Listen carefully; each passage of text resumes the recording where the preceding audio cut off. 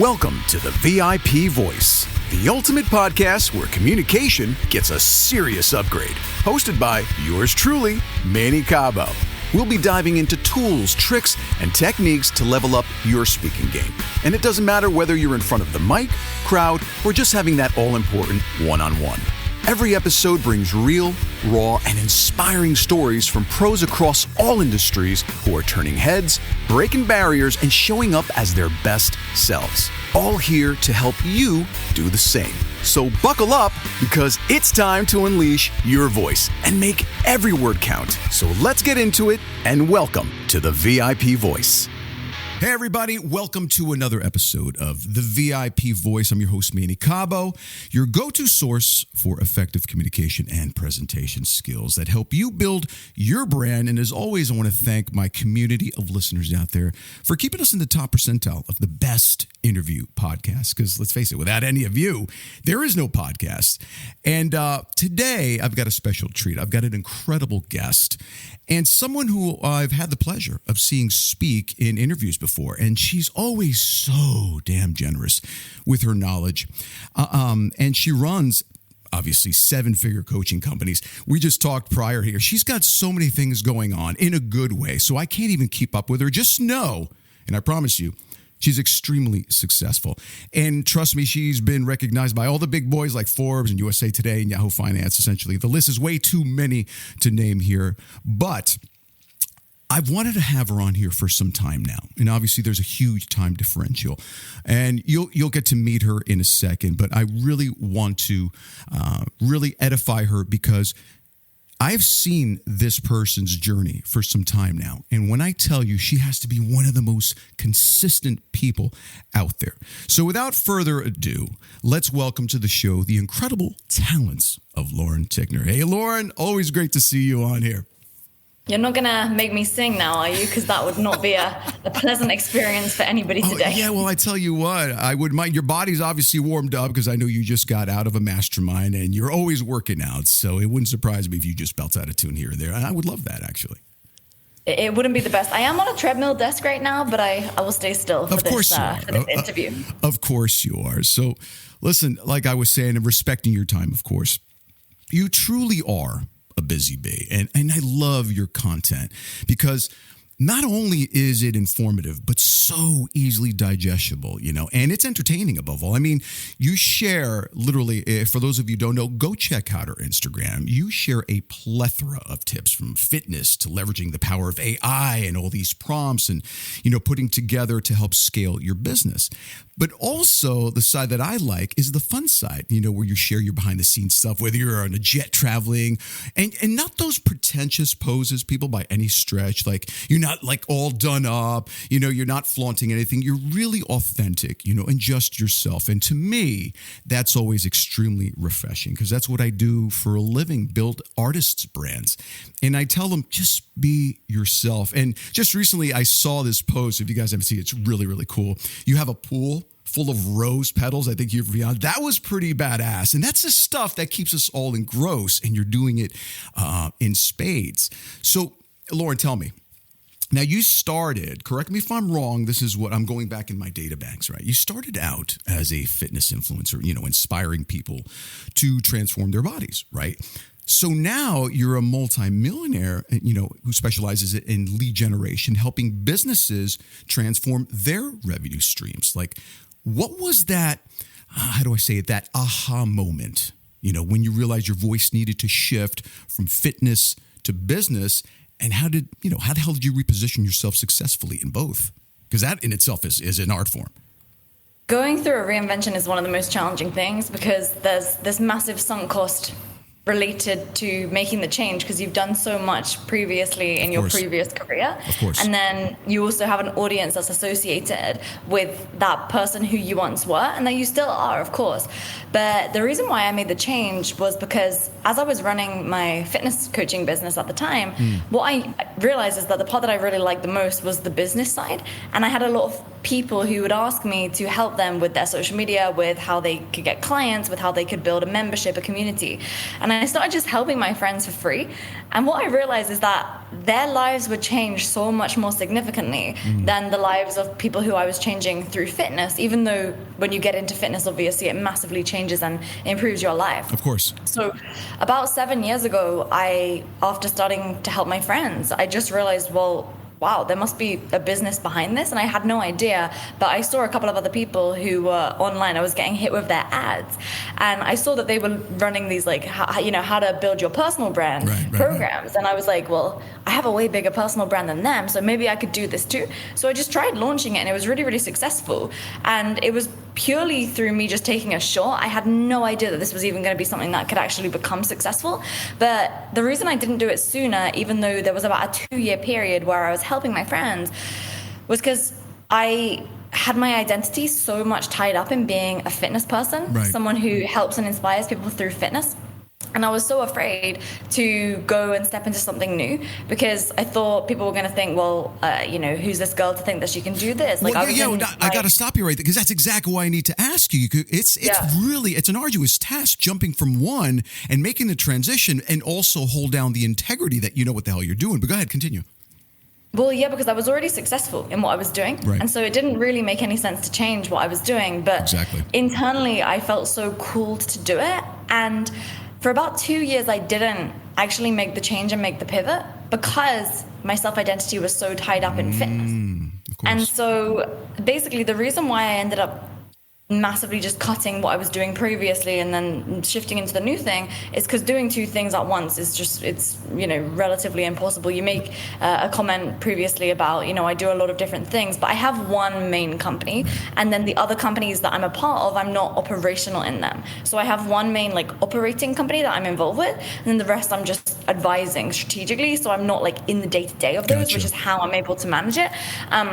But yeah, I think that so many people have this thing inside of them that they really want to do, but the reason why they don't do it is because they're worried about what other people's going to think about them. And that was me for a really, really long time.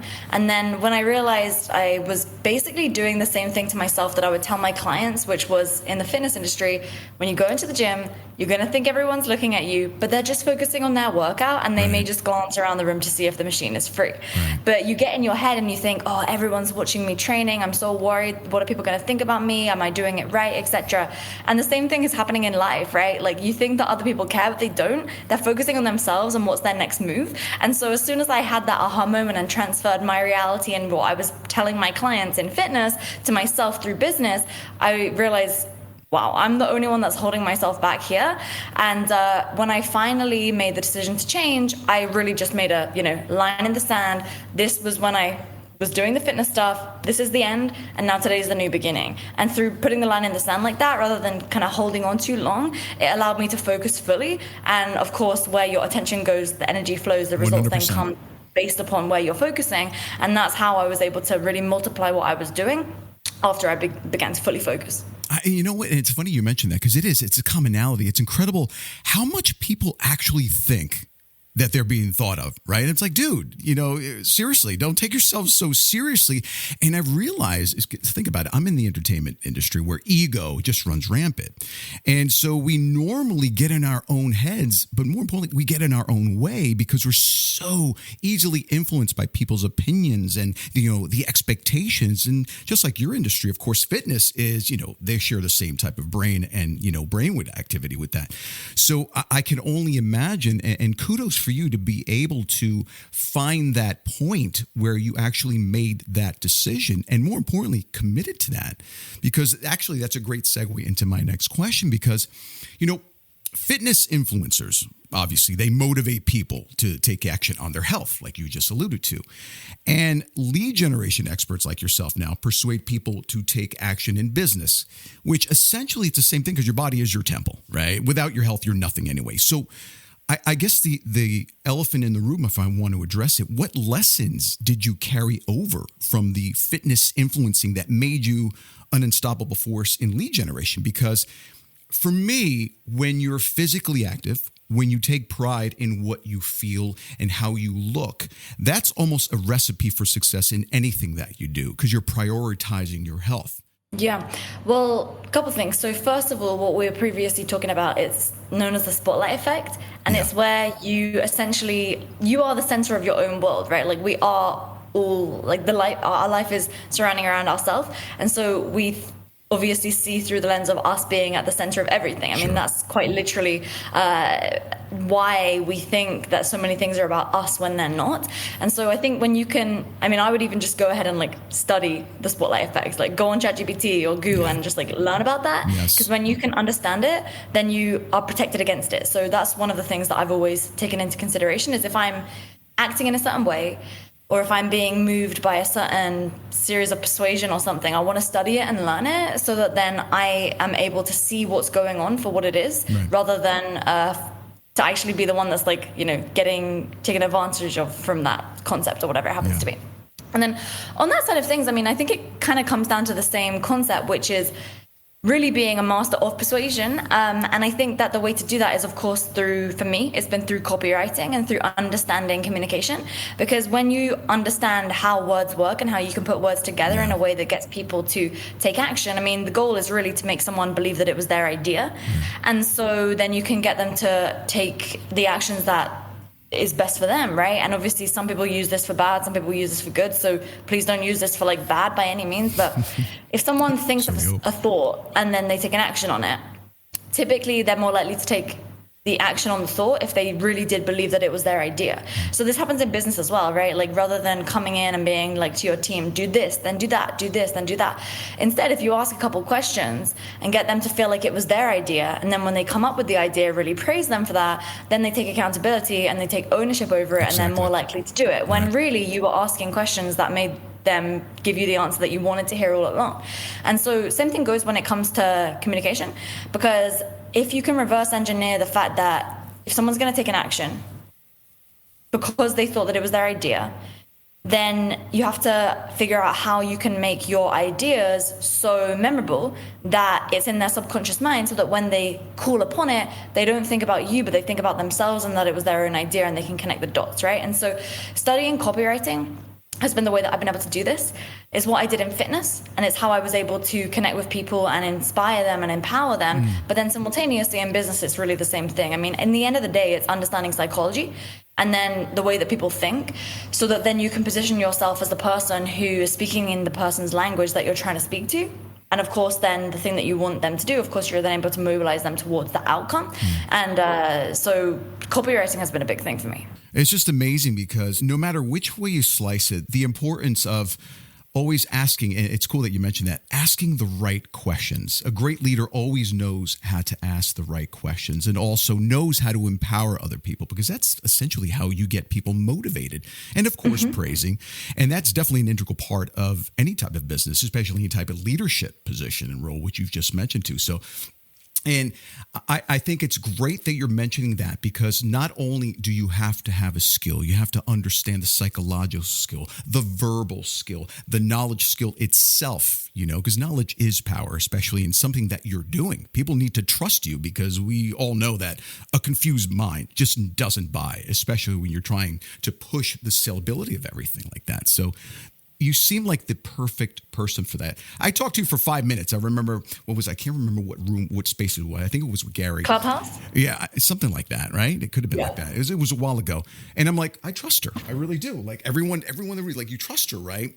And there's a certain authenticity to that and believability. And it's extremely huge nowadays, because I feel, in my personal opinion, that we are lacking this huge sensibility of integrity nowadays in so many sectors of life. And I see it in my space predominantly. It's scary, but it's also frustrating, which is why, I'm big on integrity, and I would hate to be that which I loathe the most. And I'm sure you could certainly relate to that, especially in your pursuits. So moving on. And again, I love your opinion on this. Most influencers, in my opinion, they struggle, right, to break out of the whole social media bubble, right? And I think you know what I'm talking about, and truly to monetize their brand. So what strategies, and I know you're going to come up with a great one here, what strategies helped you shift from, let's say, relying on the algorithms to building a sustainable, high-converting business that makes money?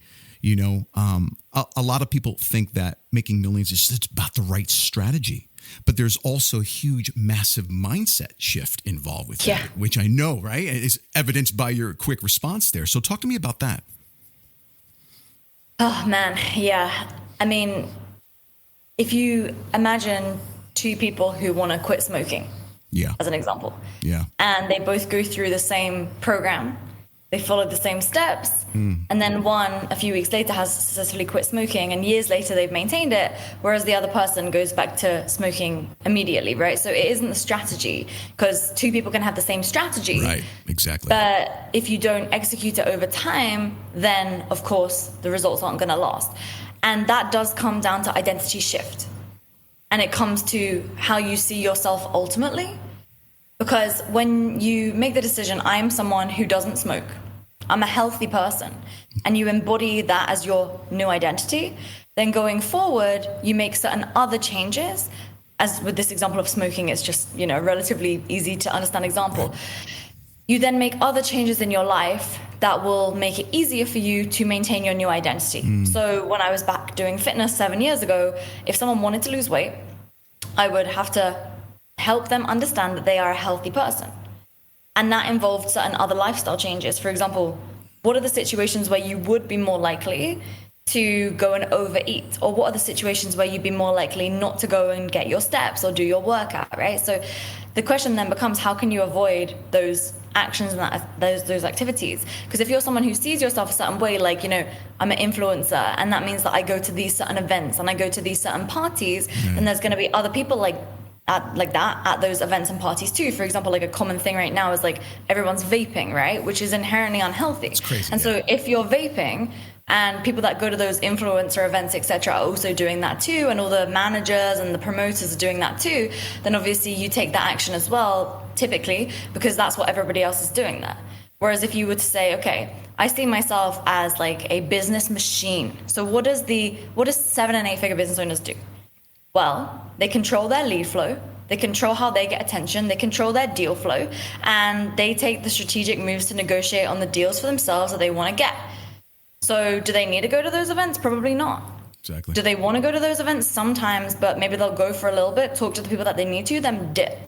And then you don't get tied into all the other surrounding activities which relate to those specific events, as an example. And so to me, it comes down to a self-identity piece. And I think that does come down to doing like the inner work, which is, okay, self-reflection. The simplest things are literally journaling every day and self-reflection. So when you show up in a way which doesn't align with the person that you want to be, calling yourself out on that. Like, I'll give you a really good example for myself. Like, I've done a lot of work on myself, but even still now, I do it every day because I see everything in life as personal development. Like, and when you can get to that point where every problem that comes up in your life is a piece of self-development for you, it's like the world changes because it just becomes this big, massive game. So yesterday, my friend sent me a message and she took a screenshot of something that I posted and she said, "Hey, Lauren, like, I love and adore you, but da-da-da," and she just like made an acknowledgement to it. And I was on a call at the time, right? I was like on a meeting and I saw her message and I like immediately, I was like, oh my gosh, I was so stressed because I had an experience like that in the past where that person had sent me something and then they ended up just like going off on me, like ripping me, like as in being super mean. And this is like one of my really dearest friends. And so she sent it to me and I immediately got triggered. So I responded straight away like, oh my gosh, I'm so sorry. I'm going to delete that right now. And I deleted it and I didn't need to. And I just reacted in the moment. And so then all night I was reflecting on that and I was thinking, wow, like, where did that even come from? And that's how I identified that it came from this previous experience that I had where someone just like went off on me and it was someone that I thought was my friend. And so I was essentially feeling this state of protection that I needed to protect myself from having a same issue come up again. And so I bring that up because, you know, the personal development that we do isn't just like sitting and journaling. Like, that's a good place to start, but it's also seeing how we show up on a day-to-day basis. Like, even in your conversations, like being able to look at yourself from a third-party lens, like, am I talking too much? Like, am I talking too much about myself? Like, am I asking the other person questions? How am I coming across? Like, is this in alignment with the person that I want to be? And so I always just like imagine the person that I want to be and I look at the way that I'm showing up. And if I'm acting outside of the alignment of that person that I ultimately want to be, then something has to change. And it comes down to me taking the actions in the day-to-day to make the change because it's not just going to magically appear. No, it makes perfect sense. And you know what's funny? I just had this conversation 2 days ago. Actually, I have it all the time. And I said, you know when your life is going to change? And, I say this as stern as possible, right? And I'll tell you why. Because if I don't, I'll be doing a disservice to the person, especially artists. The day your life will change is the day you start giving yourselves really and truly brutally honest self-audits. So I am so happy that you said that, because think about it. We're only lying to ourselves. We're only lying to ourselves. You have to make the decision. You have to commit. You have to constantly keep showing up. Shit, I'm not saying it's easy work. Anything that's good for you is not easy. Anything that's good for you doesn't taste good. It's always that negative connotation attached to hard work. But that's the difference between the winners and the losers, as Brian Tracy used to say. There's a huge discrepancy and dichotomy between the two. I don't believe in shades of gray. It's very binary for me. Either you want to win or you don't want to win. There's no mincing of words. So thank you. It's very refreshing that you said that. So now, because of that, I'm going to pose a question for you. Obviously, I was going to say that, so you were triggered, right? So on a personal level, if you don't mind sharing, what was your biggest limiting belief that you personally had to break to reach the quote unquote multimillionaire status? And how can others do the same? How can you use your voice right now to get through to my listeners? Well, from the day that we first go to school, we are given a belief system. And that belief system makes us look at ourselves a certain way, and it outlines the path for us that we're supposedly meant to go on. So anyone who's listening to this most likely is outside of that traditional path. And typically when you're outside of that traditional path, there's an endless amount of opportunities and options for you. But I think the first thing that has to happen, of course, is to realize that path was laid out, to put us on a path to be a good worker, etc. Subservient, to be able right. to fuel the previous, the Industrial Revolution, etc. Now, for me, the biggest limiting belief that I have, it's just it's so far gone from who I am now, because of the question that you asked specifically was about to become a multimillionaire, right? I genuinely believed that I needed to be in my 40s or 50s before I could achieve that. I just truly believed it. And so that probably meant that I didn't do it for 3 years before I could have, because I just didn't take the huge action that I should have, because it wasn't something that I even believed was possible for me. And I had a really great mentor tell me, he was like, Lauren, most millionaires are in their 50s, when they become a millionaire. And I was 24 at the time when he told me this. So no, I had already been a millionaire since 1 year. And he said, you have to realize that all of the stuff that happens in your life, whether it's good or bad, is happening on triple or 4 times speed. Yeah. So that's you've impressive. done this in less than half the time of most people, and obviously most people are doing it in their working age. So if you consider the working years that you've had, you're doing it 10 times faster than most would. So it made me realize wow, that's so interesting, because problems would happen all the time, as they do when you're running a business, when you're taking massive action. Problems always come up because you're just doing more action. Of course. The more actions you take, there's more. And I thought there was something wrong that I was doing, but as a byproduct of making moves, you always knock something over, right? And so it's a numbers game. It's like anything. It's a numbers game. The more you're involved, obviously, the more results you're going to get, whether they're bad or good. It's just an interpretation of what you think. But go ahead, yeah. Well, exactly, yeah, and it's physics in the end of the day. Right. So that was just a really helpful reframe for me. But if I think about the biggest mindset shifts or things that have made the biggest difference for me, actually, it's just realizing you can achieve way more than you possibly think that you could. And I have met so many people that even now, many of my clients are people that I used to follow. People who are now working with me are people that I had admired for years. And then you just realize they're humans. They have flaws too. They get pissed off about things, and their car breaks down even if it's a Lambo. All this stuff happens, and they're just humans. And when you can really realize anyone that you see online, anyone that you see in the public, they are just literally a human. And the only difference between them and you is maybe they had a couple connections that you don't, or maybe they just took massive action, or quite literally, maybe they just believe in themselves so much, but that they're going to do it, right? So those are a few things that kind of come to my mind. But one thing that I was going to say to you real quick. Yes. What's really interesting is it's so cool the way that you speak in rhetoric.